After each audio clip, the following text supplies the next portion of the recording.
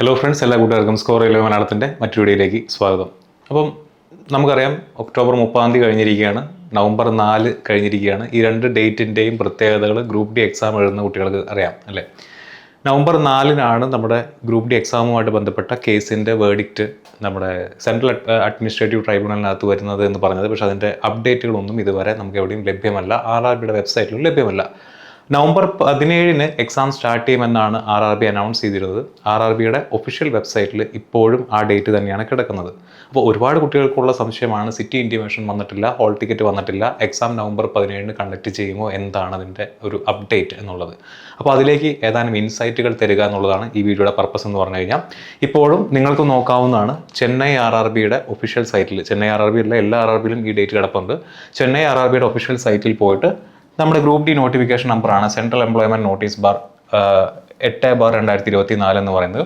അതിലെ click here notice date 8/9/2025 എന്ന് പറയുന്ന ഈ ഡേറ്റിൽ നിങ്ങൾക്ക് ക്ലിക്ക് ചെയ്ത് കഴിഞ്ഞാൽ നിങ്ങൾക്ക് ഈ രീതിയിലുള്ള ഒരു നോട്ടീസ് കാണാനായിട്ട് സാധിക്കും. ഇത് ഇപ്പോഴും ഇന്ന് ഞാൻ ഈ വീഡിയോ എടുക്കുന്ന നിമിഷം വരെ RRB ചെന്നൈയിൽ നിന്നും ഈ നോട്ടീസ് എന്ത് ചെയ്തിട്ടില്ല, അവർ വിഡ്രോ ചെയ്തിട്ടില്ല. അപ്പോൾ അതിനകത്ത് കിടക്കുന്നത് exam date November 17 end of December വരെയുള്ള സമയത്തിൽ ഗ്രൂപ്പ് ഡി എക്സാം കണ്ടക്ട് ചെയ്യുമെന്നാണ് പറഞ്ഞിരിക്കുന്നത്. പക്ഷെ അവിടെ വ്യക്തമായിട്ടൊരു കാര്യം കൂടെ RRB പറഞ്ഞിട്ടുണ്ട്. എന്താണത്? The link for viewing the exam city and date and downloading of travel authority for SC/ST candidates will be made live around 10 days prior to the exam date on the official websites of all RRB. 10 ദിവസം മുന്നെയെങ്കിലും എന്ന് പറഞ്ഞു കഴിഞ്ഞാൽ November 7 November 17 പരീക്ഷയുള്ള ഒരു കുട്ടിക്ക് November 7 താൻ ഏത് സെൻറ്ററിലാണ് പരീക്ഷ എഴുതാൻ പോകുന്നത് എന്ന് അറിയും, അല്ലെങ്കിൽ അറിയിച്ചിരിക്കും എന്നാണ് ഈ ഒഫീഷ്യൽ നോട്ടീസിനകത്ത് തന്നെ RRB പറഞ്ഞിട്ടുള്ളത്. ഇത് ഗ്രൂപ്പ് ഡിയുടെ കേസിൽ മാത്രമല്ല, എല്ലാ പരീക്ഷയ്ക്കും. ഇപ്പോൾ RRB NTPC പരീക്ഷ കണ്ടക്ട് ചെയ്തപ്പോഴായിക്കോട്ടെ, JEE കണ്ടക്ട് ചെയ്തപ്പോഴായിക്കോട്ടെ, ബാക്കി ഏത് എക്സാം കണ്ടക്ട് ചെയ്തപ്പോഴും RRB ഇതേ ഒരു ക്രൈറ്റീരിയ തന്നെയാണ് ഫോളോ ചെയ്തിരുന്നത്. അതായത് പരീക്ഷയ്ക്ക് 10 ദിവസം മുന്നേ നിങ്ങൾക്ക് എന്ത് ചെയ്യാം, നിങ്ങൾക്ക് എക്സാമിനേഷൻ്റെ സിറ്റി അറിയാനായിട്ട് സാധിക്കും. 4 ദിവസം മുന്നേ ആ സിറ്റിയിൽ ഏത് സെൻറ്ററിലാണ് എക്സാം എന്നുള്ളതും അറിയാനായിട്ട് സാധിക്കും. അതാണ് താഴെ കൊടുത്തിരിക്കുന്നത്. 4 days prior to exam date mentioned in exam city and date intimation link വരുമെന്നാണ് പറഞ്ഞിരിക്കുന്നത്. സോ ഈ ഡേറ്റ് തന്നെയാണ് ഇപ്പോഴും നമ്മുടെ RRBയുടെ ഒഫീഷ്യൽ സൈറ്റിൽ കിടക്കുന്നത്. പക്ഷെ അതെന്താണ്, RRB പറയുന്ന കാര്യവും നിലവിൽ നടന്നുകൊണ്ടിരിക്കുന്ന കാര്യം തമ്മിൽ എന്തില്ല, ഒരു ബന്ധം നമുക്ക് അവിടെ കാണാനായിട്ട് സാധിക്കുന്നില്ല. അപ്പോൾ നവംബർ 17 എക്സാം കണ്ടക്ട് ചെയ്യാനുള്ള സാധ്യത ഉണ്ടോ എന്ന് ചോദിച്ചു കഴിഞ്ഞാൽ, ഈ നോട്ടീസിൽ തന്നെ കൊടുത്തിരിക്കുന്ന 2, 3 ഈ പറയുന്ന രണ്ടാമത്തെയും മൂന്നാമത്തെയും പോയിന്റ് പ്രകാരം നിലവിലെ സാഹചര്യത്തിൽ എന്തില്ല, എക്സാം കണ്ടക്ട് ചെയ്യാനുള്ള സാധ്യതയില്ല. കാരണം നവംബർ 7 അല്ലെങ്കിൽ നവംബർ 8 ചുരുങ്ങിയത് നിങ്ങളുടെ കൈവശം 17 പരീക്ഷയുള്ള കുട്ടികൾക്ക് എന്ത് വരുമായിരുന്നു, സിറ്റി ഇൻറ്റിമേഷൻ അല്ലെങ്കിൽ ഈ പറഞ്ഞ പോലെ സിറ്റി ഇൻറ്റിമേഷൻ വരുമായിരുന്നു. 4 ദിവസം മുന്നെങ്കിലും എന്ത് വരുമായിരുന്നു, ഹോൾ ടിക്കറ്റ് വരുമായിരുന്നു അല്ലേ. അപ്പോൾ ഇനി എന്താണ് സാധ്യത, അടുത്ത് എന്താണ് നടക്കാനായിട്ട് പോകുന്നത്, ഇപ്പോൾ കേസിൻ്റെ അവസ്ഥ എന്താണ്? നമുക്ക് കേസിലേക്ക് ആദ്യം ഒന്ന് നോക്കാം. കേസിന് വേണ്ടിയിട്ട് സെൻട്രൽ അഡ്മിനിസ്ട്രേറ്റീവ് ട്രൈബ്യൂണലിൻ്റെ സൈറ്റിൽ നിങ്ങൾക്ക് കയറി നോക്കാവുന്നതാണ്. സെൻട്രൽ അഡ്മിനിസ്ട്രേറ്റീവ് ട്രൈബ്യൂണലിൻ്റെ സൈറ്റിൽ കയറിയിട്ട് നിങ്ങൾക്ക് തന്നെ ക്രോസ് ചെക്ക് ചെയ്യാവുന്നതാണ്. കേസ് മാനേജ്മെൻറ്റ് സർവീസസ് എന്ന് പറയുന്ന ഈ ഒരു ലിങ്കിൽ നിങ്ങൾ എന്ത് ചെയ്യുക, ഡ്രോപ്പ് ഡൗൺ ചെയ്ത് കഴിഞ്ഞാൽ ഇത്തരത്തിൽ ഒരു കേസ് സ്റ്റാറ്റസ് റിപ്പോർട്ട് എന്ന് പറഞ്ഞുകൊണ്ടൊരു ഹെഡ് വരും. അതിൽ നിങ്ങൾക്ക് എന്ത് ചെയ്യാം, കേസ് നമ്പർ ഫയൽ ചെയ്യാം. ഒറിജിനൽ ആപ്ലിക്കേഷൻ 296 കേസ് നമ്പർ വരുന്നത്, വർഷം 2025. ഇത്രയും കാര്യങ്ങൾ എന്ത് ചെയ്യുക, സബ്മിറ്റ് കൊടുത്തു കഴിഞ്ഞാൽ നിങ്ങൾക്ക് ഇതുപോലെ ഒരു എന്താ പറയുക, ഒരു ഓർഡർ ആയിരിക്കും വരിക, ഒരു ഡീറ്റെയിൽ ആയിരിക്കും വരിക. അതിൽ ഡയറി നമ്പർ 679/2025 എന്ന് കൊടുത്തിട്ടുണ്ടായിരിക്കും. പ്രിൻസിപ്പൽ ബെഞ്ച് ഡൽഹിയിലാണെന്ന് കൊടുത്തിട്ടുണ്ടായിരിക്കും. കേസ് ടൈപ്പ് OA ആണെന്ന് കൊടുത്തിട്ടുണ്ടായിരിക്കും. കേസ് നമ്പർ കൊടുത്തിട്ടുണ്ട്, ഡേറ്റ് ഓഫ് ഫയലിംഗ് കൊടുത്തിട്ടുണ്ട്, അപ്ലിക്കൻ്റെ പേര്, റെസ്പോണ്ടൻ്റെ പേര് കൊടുത്തിട്ടുണ്ട്. മോർ ഡീറ്റെയിൽസ് ക്ലിക്ക് ചെയ്ത് കഴിഞ്ഞാൽ കേസിനെ പറ്റി കൂടുതൽ അറിയാനായിട്ട് സാധിക്കുമെന്ന് പറയുന്നുണ്ട്.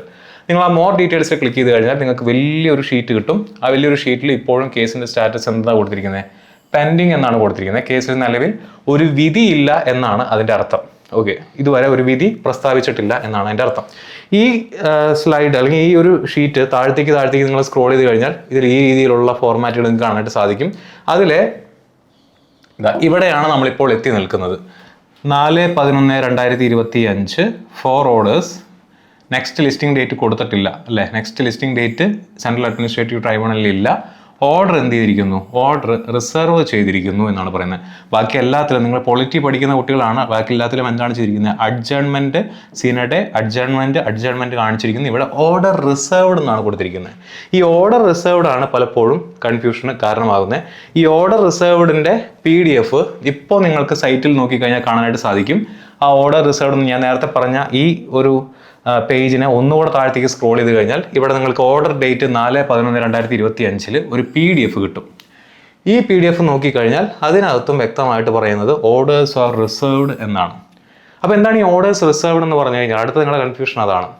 ഓർഡേഴ്സ് റിസർവ്ഡ് എന്ന് പറഞ്ഞു കഴിഞ്ഞാൽ വാദിഭാഗത്തിൻ്റെയും പ്രതിഭാഗത്തിൻ്റെയും വാദങ്ങളെല്ലാം തന്നെ കോടതി കേട്ടു മാത്രമല്ല ഇത് അത്യാവശ്യം സെൻസിറ്റീവ് ആയിട്ടുള്ള ഒരു ഇഷ്യൂ ആയതുകൊണ്ട് ഒരുപാട് ഫാക്റ്റുകൾ കോടതിക്ക് ക്രോസ് ചെക്ക് ചെയ്യേണ്ട ആവശ്യമുള്ളതുകൊണ്ട് വിധി പറയുന്നതിന് വേണ്ടി ഓർഡർ റിസർവ് ചെയ്ത് വെച്ചിരിക്കുകയാണ്. അപ്പോൾ ഇതിൽ ജഡ്ജ്മെൻറ്റിന് ഇരിക്കുന്ന ബെഞ്ച് അത് ഒന്നിൽ കൂടുതൽ ജഡ്ജിമാരുണ്ടെങ്കിൽ അവരെന്ത് ചെയ്യുന്നു, ഈ ഫാക്റ്റുകളെല്ലാം ക്രോസ് ചെക്ക് ചെയ്ത് ഇതിൻ്റെ സെൻസിറ്റിവിറ്റി മനസ്സിലാക്കി ഒരു വിധി പ്രസ്താവിക്കും. അപ്പോൾ ജഡ്ജ്മെൻറ്റ് ഉണ്ടാവും എന്നുള്ള കാര്യത്തിൽ യാതൊരു സംശയവുമില്ല. കാറ്റിൻ്റെ ഭാഗത്തുനിന്ന് ജഡ്ജ്മെൻറ്റ് എന്തായാലും ഉണ്ടായിരിക്കും. അത് ഈ പറയുന്ന ഫാക്റ്റുകൾ ക്രോസ് ചെക്ക് ചെയ്തതിന് ശേഷം ആയിരിക്കും ഉണ്ടായിരിക്കുക. അപ്പോൾ ഈ ഓർഡർ റിസർവ് ചെയ്ത് വെച്ചിരിക്കുകയാണ്. ഓർഡർ റിസർവ് ചെയ്ത് ഈ റിസർവ്ഡ് ഓർഡറിൽ നിന്ന് എന്ത് ചെയ്യണം, അത് ജഡ്ജ്മെൻറ്റിലേക്ക് വരണം. അതിന് എത്ര സമയം എടുക്കും? അതായിരിക്കും നിങ്ങളുടെ മുന്നിൽ ഇനി വരാനുള്ള സാധ്യത. എങ്ങനെയാണ് ഈ ഓർഡർ റിസർവ്ഡ് ജഡ്ജ്മെൻറ്റിലേക്ക് വരുന്നത്? നിലവിലെ സാഹചര്യത്തിൽ നമ്മുടെ ഇന്ത്യൻ നീതിന്യായ വ്യവസ്ഥയിൽ റിസർവ് ചെയ്ത് വെച്ചിരിക്കുന്ന ഒരു ഓർഡർ എത്ര സമയത്തിനുള്ളിൽ തന്നെ അതിന് വിധി പറയണമെന്ന് ഒരു സ്റ്റാച്യൂട്ടറി മാൻഡേറ്റ് ഇല്ല. എന്ന് പറഞ്ഞാൽ നിയമപരമായിട്ട് കോടതിക്ക് ഇത്ര സമയം കൊണ്ട് ഇതിന് വിധി പറയണം എന്നുള്ളൊരു ഒരു കാര്യം ഇല്ല. പക്ഷെ സുപ്രീം കോടതി പല കേസുകളിലായിട്ട് എന്ത് ചെയ്തിട്ടുണ്ട്, ഇതിനെപ്പറ്റി പരാമർശങ്ങൾ നടത്തിയിട്ടുണ്ട്. അപ്പോൾ സുപ്രീം കോടതി പറഞ്ഞ പ്രകാരം ഇങ്ങനെ റിസർവ് ചെയ്ത് വെക്കുകയാണെന്നുണ്ടെങ്കിൽ കൂടെ നിങ്ങൾ എത്രയും പെട്ടെന്ന് തന്നെ അവർ പറഞ്ഞിരിക്കുന്ന ഒരു മിനിമം ഫ്രെയിം എന്ന് പറയുന്നത് 3 മാസത്തിനുള്ളിൽ എങ്കിലും നിങ്ങൾ വിധി പറഞ്ഞിരിക്കണം എന്നാണ് പറഞ്ഞിരിക്കുന്നത്. ഓക്കെ, ഈ ഓർഡർ റിസർവ് ചെയ്ത് വെച്ചിരിക്കുന്ന ജഡ്ജ്മെൻറ്റ് 3 മാസത്തിനുള്ളിലെങ്കിലും നിങ്ങൾ വിധി പറയണമെന്നാണ് പറഞ്ഞിരിക്കുന്നത്. പക്ഷേ കാറ്റ് എന്ന് പറഞ്ഞാൽ നിങ്ങൾക്ക് അറിയാവുന്നതാണ്, അഡ്മിനിസ്ട്രേറ്റീവ് ട്രൈബ്യൂണലാണ് അല്ലെ, അത്തരത്തിലുള്ള കേസുകൾ മാത്രം പരിഗണിക്കുന്ന ഒരു ട്രൈബ്യൂണലാണ്. അതിന് വേണ്ടിയിട്ടാണ് ട്രൈബ്യൂണൽസ് വെച്ചിരിക്കുന്നത് അല്ലെ. ഹൈക്കോടതി പോലെ എല്ലാ കേസുകളും വരുന്ന, അല്ലെങ്കിൽ ഈ മറ്റേതെങ്കിലും ഒരു സാധാരണ ഒരു കോടതി പോലെ എല്ലാ കേസുകളും വരുന്ന ഒരു എൻറ്റിറ്റി അല്ല ട്രൈബ്യൂണൽ എന്ന് പറഞ്ഞു കഴിഞ്ഞാൽ. അത് അഡ്മിനിസ്ട്രേറ്റീവ് പർപ്പസിന് വേണ്ടി, അഡ്മിനിസ്ട്രേറ്റീവ് ട്രൈബ്യൂണൽസ് അവിടുത്തെ തർക്കങ്ങൾ തീർക്കുന്നതിന് വേണ്ടിയിട്ടുള്ളതാണ്. അപ്പോൾ ഇവിടെ ഒരു 3 മാസത്തെ ഒരു വിൻഡോ നമുക്ക് ആവശ്യം വരാനുള്ള സാധ്യത വളരെ കുറവാണ്. അപ്പോൾ പഠിച്ചുകൊണ്ടിരിക്കുന്ന കുട്ടികളുടെ മനോഭാവം എന്തായിരിക്കണം? എന്തായാലും വിധി വരും. വിധി വന്നാൽ എക്സാമിനേഷൻ ഡേറ്റ് ഉടനെ തന്നെ വരും. പുതിയ ഡേറ്റ് എന്തായാലും വരാനുള്ള എല്ലാ സാധ്യതയും ഉണ്ട്. മാറിപ്പോവുകയാണെങ്കിൽ തന്നെ മാക്സിമം ഒരു 2-3 ആഴ്ച, അതിലപ്പുറത്തേക്ക് ഒരു നീണ്ടുപോക്ക് ഉണ്ടാവുമെന്ന് തോന്നുന്നില്ല, അല്ലെങ്കിൽ അങ്ങനെ പ്രതീക്ഷിക്കുന്നതിൽ അർത്ഥവുമില്ല. മനസ്സിലാവുന്നില്ലേ? അപ്പോൾ എക്സാമിന് പ്രിപ്പയർ ചെയ്യുന്ന കുട്ടികൾ എന്ത് ചെയ്യുക, നിങ്ങൾ പഠിച്ചുകൊണ്ടേ ഇരിക്കുക, വേറെ ഒന്നും നിങ്ങളുടെ മുന്നിൽ ഇല്ല. ഞാൻ എപ്പോഴും പറയുന്ന കാര്യമാണ്, എനിക്ക് നിങ്ങളുടെ മാനസികാവസ്ഥ മനസ്സിലാക്കാനായിട്ട് സാധിക്കും. കഴിഞ്ഞ ഒരു വർഷത്തിലേറെയായിട്ട് നിങ്ങൾ ഈ പ്രോസസ്സിലൂടെ കടന്നു പോകുന്നവരാണ്. എക്സാം നടക്കുമോ ഇല്ലയോ എന്നുള്ള കൺഫ്യൂഷനിലിരിക്കുന്ന കുട്ടികളാണ്. നിങ്ങളെ സംബന്ധിച്ചിടത്തോളം വേറെ ഓപ്ഷൻ ഇല്ല. നിങ്ങൾക്ക് പഠിക്കുക എന്നുള്ളതല്ലാതെ വേറൊരു ഓപ്ഷനും നിങ്ങളുടെ മുന്നിലില്ല. നിങ്ങൾ ഇതിൻ്റെ കേസിൻ്റെ നൂലാമാലകളെ പറ്റി ആലോചിച്ച് അതിൻ്റെ അപ്ഡേറ്റുകൾ എന്തായിരിക്കുമെന്ന് ആലോചിച്ച് ഒരുപാട് സമയം കളയേണ്ട കാര്യവുമില്ല. എന്നിരുന്നാലും ഞാൻ ഈ വീഡിയോ ചെയ്യുന്നത് നമ്മുടെ ചാറ്റ് റൂമിനകത്ത് അതുപോലെ തന്നെ നമ്മുടെ വാട്സാപ്പ് നമ്പറിലൊക്കെ കുട്ടികൾ ഒരുപാട് പേര് നമ്മുടെ അടുത്ത് ചോദിക്കുന്നുണ്ട്, അപ്ഡേറ്റ് എന്തായി എന്നുള്ളത്. അപ്പോൾ അപ്ഡേറ്റ് നിങ്ങൾക്ക് പോസിറ്റീവായിട്ടോ അല്ലെങ്കിൽ അസേർട്ടീവ് ഒരു കൃത്യമായിട്ടൊരു അപ്ഡേറ്റ് വ്യക്തമായിട്ട് എക്സാം ഇന്ന ദിവസം നടക്കുമെന്ന് പറയാനായിട്ട് ആർക്കും സാധിച്ചിട്ടില്ല. അത് പറയാൻ സാധിക്കുന്ന RRB ആണ്. RRB ഇതുവരെ അങ്ങനെ ഒരു നോട്ടിഫിക്കേഷനോ ഒരു നോട്ടീസോ ഇതുവരെ പുറത്ത് വിട്ടിട്ടുമില്ല. അപ്പോൾ പഠിക്കുന്ന കുട്ടികളെ സംബന്ധിച്ചിടത്തോളം നിങ്ങൾ ചെയ്യേണ്ട കാര്യം നിങ്ങൾ പഠിച്ചുകൊണ്ടിരിക്കുക എന്നുള്ളത് മാത്രമാണ്. ഇത് ഒരു ഫേസ് ആണ്. അങ്ങനെ മാത്രമേ നിങ്ങൾ കൺസിഡർ ചെയ്യുന്നുള്ളൂ. ജീവിതത്തിൽ എല്ലാ ആളുകളും ഫേസ് ചെയ്യുന്ന പോലെ ഒരു ദുർഘടം പിടിച്ച ഒരു പാത മാത്രമായിട്ട് ഇതിനെ കൺസിഡർ ചെയ്യുക. 1-2 വർഷം കഴിഞ്ഞ് നിങ്ങൾ ജോലിയിൽ ഇരിക്കുന്ന സമയത്ത് നിങ്ങൾ ഈ ഒരു ഫേസിനെ പറ്റി ചിലപ്പോൾ ആലോചിക്കുക പോലും ഉണ്ടായിരിക്കില്ല.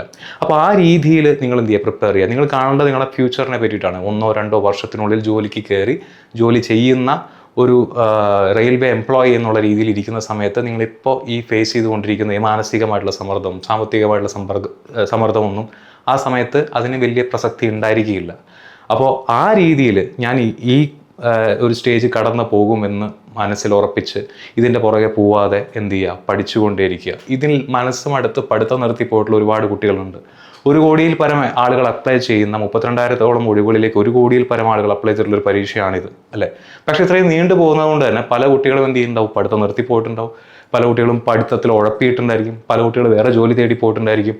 അപ്പോൾ പഠിച്ചുകൊണ്ടിരിക്കുന്നവർക്ക് ഇത് സുവർണ്ണ അവസരമാണ്. നിങ്ങൾ കൃത്യമായിട്ട് പഠിക്കുക, സമയം കളയാതെ പഠിക്കുക. എക്സാം ഈ പറഞ്ഞ പോലെ കേസ് റിസർവ് ചെയ്ത് ഇരിക്കുന്നു അല്ലെങ്കിൽ ഓർഡർ റിസർവ് ചെയ്തിരിക്കുന്നു എന്നുള്ളത് കൊണ്ട് എക്സാം നടക്കാതിരിക്കില്ല അല്ലെങ്കിൽ നടക്കില്ല എന്നൊരു തോന്നലുണ്ടെങ്കിൽ അതങ്ങ് മാറ്റി വെച്ചേക്കുക. മാക്സിമം എക്സാം ഡേറ്റ് എന്ത് ചെയ്യും, ഒരു 3-4 ആഴ്ച നീണ്ടു പോയേക്കാം മാക്സിമം. അത് മാക്സിമമാണ്. അതിനുള്ളിൽ തന്നെ കാറ്റ് ഒരു വിധി പറയുമെന്നാണ് നമ്മൾ പ്രതീക്ഷിക്കുന്നത്. ചിലപ്പോൾ ഞാൻ ഈ വീഡിയോ ഇട്ടതിന് ശേഷം ചിലപ്പോൾ ഇന്ന് തന്നെ നമുക്ക് പോസിറ്റീവായിട്ടുള്ളൊരു വിധി പ്രതീക്ഷിക്കാം. ഓക്കെ, അപ്പോൾ പഠിക്കുന്ന കുട്ടികളുടെ അടുത്ത് എനിക്ക് പറയാനുള്ളത്, നിങ്ങൾ ഈ പറയുന്ന കാര്യങ്ങളിലൊന്നും തളരേണ്ട കാര്യമില്ല. എന്തായാലും നിങ്ങൾക്ക് ജോലി വേണം. ജോലി കിട്ടണമെന്നുണ്ടെങ്കിൽ പഠിക്കുക അല്ലാതെ വേറൊരു വഴിയുമില്ല. ഇവിടെ ഇരുന്നുകൊണ്ട് സിസ്റ്റത്തിനെ തെറിവിളിച്ചുകൊണ്ടോ കോടതിയെ തെറിവിളിച്ചുകൊണ്ടോ കേസ് കൊടുത്തവനെയോ അല്ലെങ്കിൽ അങ്ങനെ നിങ്ങൾ അങ്ങോട്ടും ഇങ്ങോട്ടും തല്ലുകൂടിയുകൊണ്ടോ യാതൊരു വിധത്തിലുള്ള കാര്യം നിങ്ങളുടെ ജീവിതത്തിൽ സംഭവിക്കാനായിട്ട് പോകുന്നില്ല. കുറേ നെഗറ്റീവ് എനർജി കയറ്റാമെന്നുള്ളതല്ലാതെ യാതൊരു വിധത്തിലുള്ള കാര്യം നിങ്ങൾക്ക് സംഭവിക്കാനായിട്ട് പോകില്ല. അപ്പോൾ മാക്സിമം പോസിറ്റീവായിട്ടിരിക്കുക, സ്റ്റേ പോസിറ്റീവ്, എപ്പോഴും അങ്ങനെ തന്നെ ഇരിക്കുക. എക്സാം എന്തായാലും വരും, പഠിച്ചുകൊണ്ടിരിക്കുക, എല്ലാവരും ഉഷാറായിട്ട്. മറ്റൊരു കാര്യം കൂടെ എനിക്ക് നിങ്ങളുടെ അടുത്ത് പറയാനുള്ളത്, ഇതിൽ വ്യക്തമായിട്ട് RRB ഒരു കാര്യം പറഞ്ഞിട്ടുണ്ട്. Candidates are advised to refer only to the official websites of RRBs for latest updates on the recruitment process. അപ്പോൾ ഈ പറയുന്ന റിക്രൂട്ട്മെന്റ് പ്രോസസ്സുമായിട്ട് ബന്ധപ്പെട്ട എന്ത് അപ്ഡേറ്റിനും നിങ്ങൾ RRBയുടെ ഒഫീഷ്യൽ വെബ്സൈറ്റുകൾ മാത്രം ഫോളോ ചെയ്യുക. യൂട്യൂബിൽ കാണുന്ന ഈ വീഡിയോ ഉൾപ്പെടെയുള്ള വീഡിയോകളെ വിശ്വസിക്കാതിരിക്കുക എന്നാണ് അതിൻ്റെ അർത്ഥം, അല്ലേ? വ്യക്തമായിട്ട് RRB തന്നെ പറയുന്നുണ്ട്, നിങ്ങൾ വേറെ ഒന്നിനെയും പുറകെ പോകേണ്ട കാര്യമില്ല, ഞങ്ങൾ നിങ്ങൾക്ക് ഡാറ്റാസ് തരും. അൺഫോർച്ചുനേറ്റ്ലി RRB വ്യക്തമായിട്ടുള്ളൊരു ഗൈഡ് ലൈൻസ് നമുക്ക് തരാത്തതിൻ്റെ പുറത്താണ് കുട്ടികൾ നമ്മുടെ അടുത്ത് ചോദിച്ചുകൊണ്ടിരിക്കുന്നത്. അതുകൊണ്ടാണ് എനിക്ക് ഇങ്ങനെ ഒരു വീഡിയോ ചെയ്യേണ്ടി വരുന്നത്. സ്റ്റിൽ ഞാൻ പറയുന്നു, RRBയുടെ ഒഫീഷ്യൽ സൈറ്റിൽ ഒരു ഡേറ്റ് ഡിക്ലെയർ ചെയ്യും എന്തായാലും. ആ ഡേറ്റ് ഡിക്ലെയർ ചെയ്യുമ്പോൾ അല്ലെങ്കിൽ RRB നിങ്ങൾക്ക് എന്ത് ഇൻഫർമേഷനാണ് ഷെയർ ചെയ്യുന്നത് അത് മാത്രം നിങ്ങൾ ഫോളോ ചെയ്യേണ്ട കാര്യമേ ഉള്ളൂ. വേറെ ഒന്നും നിങ്ങൾ ഫോളോ ചെയ്യേണ്ട കാര്യമില്ല. RRBയുടെ ഈ റെയിൽവേയിലേക്കുള്ള എല്ലാ റിക്രൂട്ട്മെന്റുകളും RRBയുടെ എക്സാമിനേഷൻ അല്ലെങ്കിൽ ഈ ബോർഡ് മുഖാന്തരമായിരിക്കും എന്തുണ്ടാവുക, കണ്ടക്ട് ചെയ്യുന്നുണ്ടായിരിക്കുക. ഫേക്ക് പ്രോമിസുകൾ അല്ലെങ്കിൽ പറഞ്ഞുകൊണ്ട് നിങ്ങൾക്ക് റെയിൽവേയിൽ ജോലി വാഗ്ദാനം ചെയ്യുന്ന ആളുകളുണ്ടെങ്കിൽ അവരുടെ പുറകെ പോവാതിരിക്കുക. ഇപ്പോൾ നിങ്ങൾക്കറിയാം ഒരുപാട് സ്കാമുകൾ നടക്കുന്നുണ്ട്, അല്ലേ? അപ്പോൾ റെയിൽവേയിൽ ജോലി തരാമെന്നൊക്കെ പറഞ്ഞ് ആരെങ്കിലും നിങ്ങളുടെ കയ്യിൽ നിന്ന് പൈസയൊക്കെ വാങ്ങിക്കാൻ വരികയാണെങ്കിൽ അതിൻ്റെ പുറകെ ഒന്നും പോവാതിരിക്കുക എന്നുള്ള കാര്യം കൂടെ വ്യക്തമായിട്ട് ഞാൻ ഒരിക്കൽ കൂടെ ഓർമ്മിപ്പിക്കുന്നു. RRBയുടെ ഒഫീഷ്യൽ സൈറ്റിലുള്ള ഡാറ്റ മാത്രം നിങ്ങൾ ഫോളോ ചെയ്യുക. എപ്പോഴും പോസിറ്റീവായിട്ടിരിക്കുക, പഠിച്ചുകൊണ്ടിരിക്കുക. കേസിൻ്റെ വഴിക്ക് പോവും, എക്സാം എന്തായാലും വരും. വ്യക്തമായിട്ട് ഒരു സ്റ്റഡി പ്ലാൻ ഞാൻ ഓൾറെഡി നിങ്ങൾക്ക് തന്നിട്ടുണ്ട്. അതുപ്രകാരം വ്യക്തമായിട്ട് പഠിക്കുക. ഇനിയും പഠിച്ചു തുടങ്ങാത്ത കുട്ടികളുണ്ടെങ്കിൽ നമ്മുടെ റിവിഷൻ സീരീസിൻ്റെയും മാരത്തോണിൻ്റെയും വീഡിയോസും അതുപോലെ തന്നെ ടെസ്റ്റുകളെല്ലാം അറ്റൻഡ് ചെയ്ത് എത്രയും പെട്ടെന്ന് ട്രാക്കിലേക്ക് വരിക കേട്ടോ. അപ്പോൾ മറ്റൊരു വീഡിയോയിൽ നമുക്ക് വീണ്ടും കാണാം.